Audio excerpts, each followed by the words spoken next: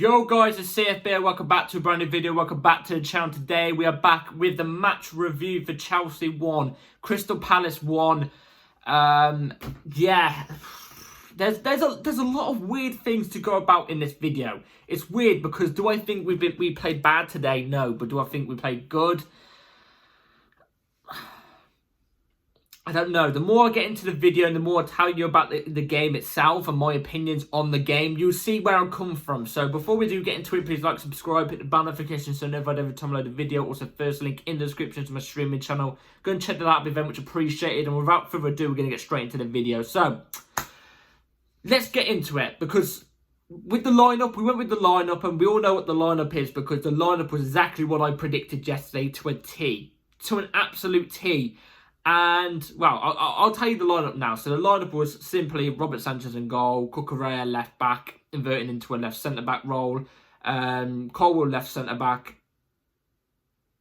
Oh, I've lost my head now. Colwill left centre-back, Wesley Fofana right centre-back. Obviously, Colwill took in as a central centre-back, Wesley right centre-back. Gusto right back, inverts into midfield. Caicedo is the DM. We then went with Enzo and then Palmer. Palmer in the advanced 8 role, obviously, 2 centre mids, advanced 8 role. And then Noni Madueke off the right, Pedro Neto off the left, and then we went with Jackson as the ST. Now, I think that's the best, it's the best lineup you could go with, so there's no faults with the lineup. There is no faults at all with the lineup. The lineup was everything that everybody wanted. We all wanted to see that lineup. It was the best lineup we could possibly have used. So, there's no faults to do with the lineup. Nothing. And I do think, we started off the game, and I do think we actually had a very, very good start to the game. I thought the first half, we wasn't overly impressive. We wasn't like we was against Wolves in that second half, and we wasn't looking at the game going, oh my God, wow, we're passing the ball with efficiency and stuff. No, there was moments in the game, in the whole game, but especially in the first half, where the passes didn't have enough zip on it. The passes were going to the player, but sometimes it wouldn't make it fully to the player because there wasn't enough zip. Or it would be slow, so the player would have to stand still or make their way to the ball instead of being able to turn their body and then move forward with the ball. That was my only problem with the first half, wasn't enough zip on the ball. Palace did well the whole game to nullify us defensively. I think Glasner kind of got one over on Maresca in a sense. I do think Glasner got one over on Maresca in that sense because Palace low blocked. They low blocked today. From the minute get-go, they low blocked, stuck 11 players beyond the ball and looked to counter-attack us.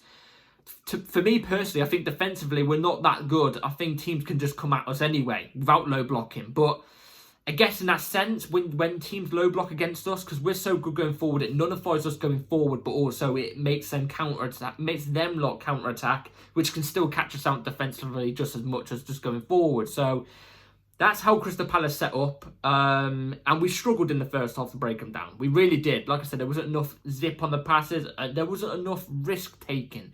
That's the overall thing we should take about from this game, especially late on in the game. There wasn't enough risk-taking.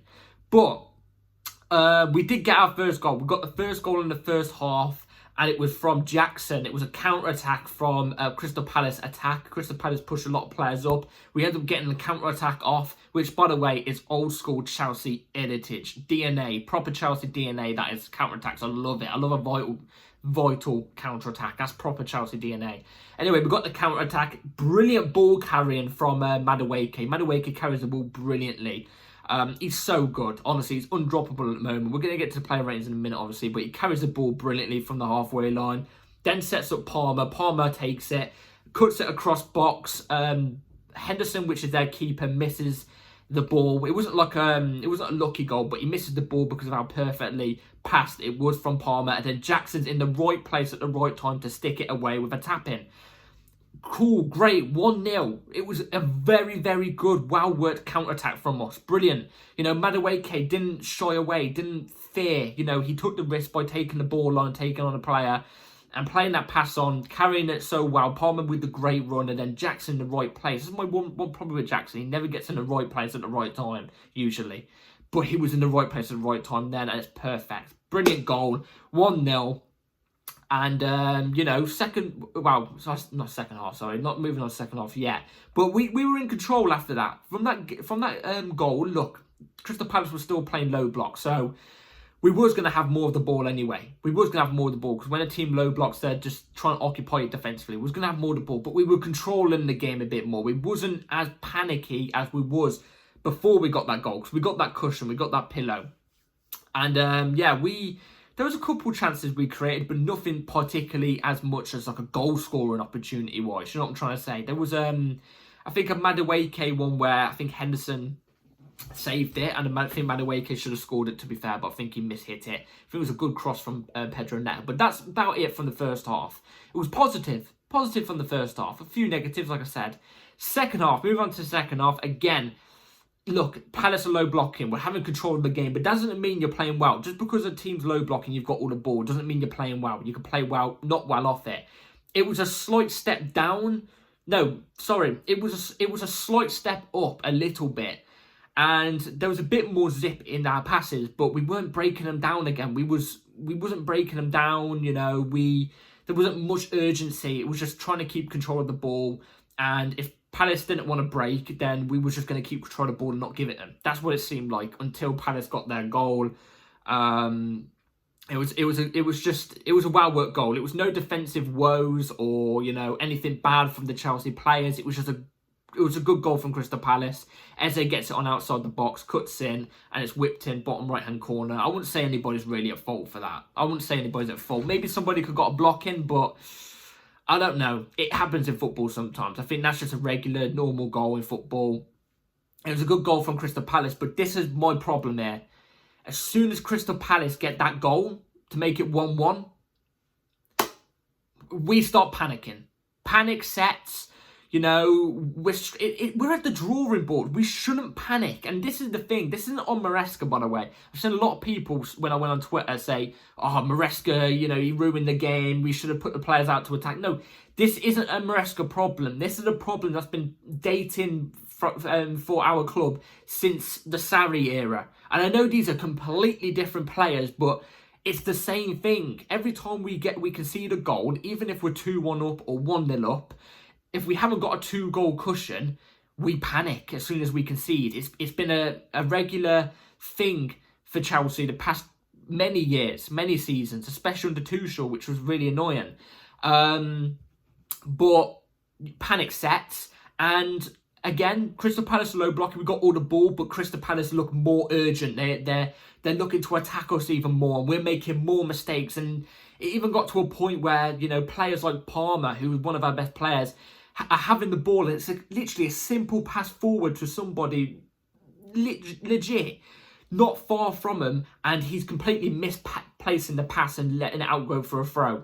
You know what I mean? When the player's right there, everybody's heads were panicking. It seemed all over the place, and you know, we couldn't weather that storm for a good 25 minutes or whatever it was until the 85th minute. As soon as the 85th minute came around, I think Maresca drilled it into the players at some point, because I think Guehi went down for Crystal Palace, and obviously all the Chelsea players went and got drinks, and I think Maresca must have told them something and must have got into their heads, because then we started clicking, we started showing urgency, we started to try and ping the ball, taking risks. This is my main thing about this video. It's one thing to take away from this video.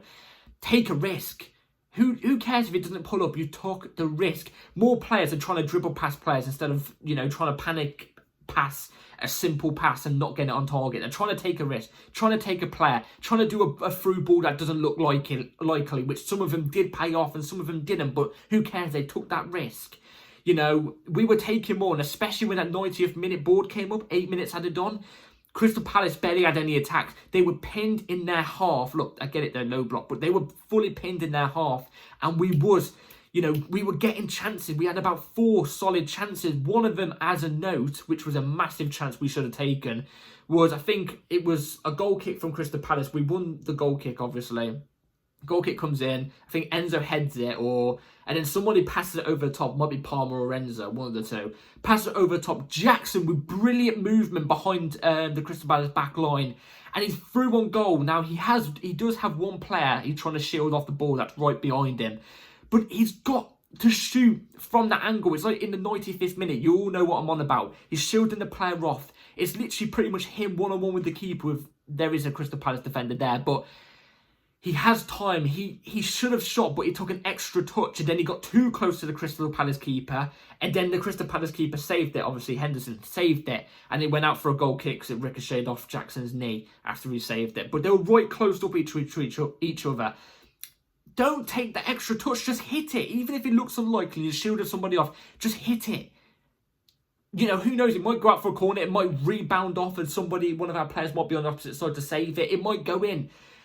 But he takes an extra touch, and this is my thing that I've been saying. Look, I love Jackson. I think he's going to become a great player, but he's too young. He hasn't got that decision-making yet. It's not built up there yet. Over time, it will be. But that's why we needed an ST. And Osterman would have scored that today. I don't care what anybody's got to say, but we move on. Oh, well, we didn't get him. But there's positives to take. I like the risk-taking we was taking from the 85th minute onwards, especially from the 90th to the 98th minute. Crystal Palace barely had any attacks. Barely. They probably had one decent attack in that 90th minute, and that's because most of our players were pinned up, pressing. Do you know what I'm saying? It's just so annoying because why did we have to do it so late? Why so late? Do it early on in the game. Early on in the game, we get more goals, and who knows? You might concede 2, but who knows? It's so frustrating sometimes. It really is. But there's positives and there's some negatives, you know. But it's just frustrating. It's frustrating. It really is. But either way, let's get into the player rating. So, Robert Sanchez in goal, didn't do anything as a note. Couldn't really do much on the goal. Didn't have a bad game, but I'll give him a 5.5. Cucurella, I thought was really solid. I thought was very, very solid today. I thought he was superb, very aggressive. I like that. I say he was a 6.5. I think he was actually really good today. I don't think he's going to get the props. When I go on Twitter later, I don't think he's going to get the props he deserves. Colwill was solid today. Very, very better from Colwill. He did go down with a bit of an injury, so I do hope he's okay. He didn't come off, but you know, that was early on towards the end of the first half, but he looked fine. His passes were on point. He was much better defensively. I would say Colwill was a 6.5 as well. Wes was brilliant as well today. Look, I know we could see the goal, but I thought defensively we was way better today. We looked more secure, but at times we do still get broken out because of the inverted thing, with one going into midfield, the other one sometimes not coming in as a left centre-back, obviously Cucurella, because he can't get there in time, because obviously sometimes he is a little bit forward too, which is just a normal mistake. It's going to happen. We're still early in development, but I thought Fofana was brilliant today. Honestly, I can't give him any more justice. I thought it was a 7 or 7.5. I thought that was one of my favourite games I've seen from Fofana in a Chelsea shirt so far. Gusto is good. The only thing with Gusto is, look, he gets caught out in transition too much. Whenever he loses the ball or we lose the ball, he's obviously in the midfield and bang, down that right-hand side there's already space. It's the only thing. Again, it's going to come with time, but, you know, it's a building progress. Gusto, I'd say, was a 5.5. Caicedo wasn't bad, wasn't good either. I'd say it was middle ground, very average. You know, he stopped a couple passes. Again, it was quite aggressive actually. So weird rating. I'm going to give him 5.7. Weird, but I'm going to go with it. Enzo's chance creation was brilliant today. We saw the whipping balls that he used to do, especially under late days of Potter era when Enzo first came in. You know, we saw the old Enzo today. It's just so annoying. Nobody could finish off the chances. Like I said, the Madueke chance was from an Enzo pass too, I think it was. And also the Jackson pass. It's just so annoying. But Enzo was solid. I'll give him a 6.5 today. Palmer, it's... Again, like I said, all these are going to be frustrating. Because I think they actually had a decent game today. But Palmer got the assist. Good assist. You know, his chance creation was decent today. He dropped back. He was linking the play up. He was getting stuck in. But I thought towards the end of the game, he faded big time. Big time. So, with Palmer, with the assist, I'll give him a 6. If it wasn't for the assist, I'll give probably a 5.5. But that wasn't being saying he's bad today, wasn't he? He's just below par for his standard. Noni, brilliant dribbling ability as always taking on his man. He had that big chance to score in that first half. I can't remember if it was before the Jackson goal or if it was after. with that Enzo cross, like I said, but it was just unlucky he didn't score. He got the pre-assist, which was brilliant from him to Palmer. So I'd give Noni a 6 as well today. In my opinion, like I said, I think he's undroppable at the moment. I think he's really, really good. You can tell he's a Maresca winger. Pedro Neto, I haven't even gotten into him today. He was very direct today, very direct, always looking for the cross. My only thing with Pedro Neto today was there was times where maybe he could have turned past a defender, well, his fullback, and cut inside and maybe dribbled slightly into the box. You know when a winger's like here and then the box is here? Like he could have turned and then dribbled in and maybe caught a chance, but instead he would just go down the flank a little bit. So maybe I hope to see a bit more of that from Neto. Like I said, he's still getting used to the team. But overall, I think he had a decent game. I'll give him a 6. And then Jackson got the goal. For the goal, I think he was a bit bang average. Like I said, he should have scored the other goal earlier. So I'll give him a 6, simply because of the goal. If not from the goal, I'll probably give him like a 5, mainly because of the missed chance he had. It was so annoying. That's a chance you've got to be scoring, man. You've got to be scoring. Felix came on. Felix was decent. Played in the 10. Came on instead of... I can't remember, actually. There was a load of weird subs going around. But Felix came on. There was a decent bit of dribbling, inside dribbling, past 2 players in such a small area towards the end of the game in the 90th odd minute. But it was a very, very poor shot. But I give Felix 5.5. Nkunku came on. I think it was a bit too late for Nkunku. Only got 13 minutes, so I can't really judge Nkunku. But he went off on the right. And somebody else came on, but I actually can't remember. I'm going to get it up right now. I apologise, guys. But I do know Gusto had to come off and Caicedo went right back, but Caicedo inverted into the midfield, so he could do that role because Gusto came off with an injury. But who came on? I completely forgot. Substitutions. Oh yeah, Mudryk came on. Mudryk, I can't say he did bad, but he didn't do enough, so I'll give him a 5.5. No, I'll give him a 5, you know what I mean? I'll give him a 5. Felix, come on, yep. That's about it looks like for the... Yeah, it's about it for the subs. But overall, look. Last year, in the first 3 games, we picked up 4 points out of a possible 9. This year, we picked up 4 points out of a possible 9. If you look at it in that direction, you'll look at it and go, there's been no improvements. There's been no improvements on the team. You know, what's the point in sacking Pochettino? Some people are saying that, I don't know. But look, I know we've got the same amount of points at the same time as last year as well. But all I'm going to say is I think I'm more positive and optimistic in this season because the players know each other more than last season. They've got more chemistry together. And also as well, I feel like in the first 3 games of last season, I still didn't see a direction, but I was still willing to give time. Whereas with Maresca, I can see a direction. I like the way game by game we are building. With this first team, we are building game by game. It's going to slowly get there. It's going to remember, it's a completely different system and a different manager compared to last year. Last year it was pressing or whatever it was. There was no system last year. There was no tactics. It's been on record. Pochettino has even said that. Whereas this year, there's tactics to take on board. It's complete opposite type of football. You know what I mean? You've got to have the technical ability. It's a complete switch. It's going to take time. There's positive signs.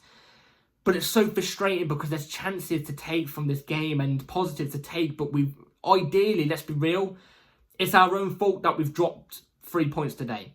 We've dropped 2 points today. We've dropped 2 points today due to our own fault. We should have been more aggressive and taking more of a risk earlier on in the game, not when it hits 90th minute.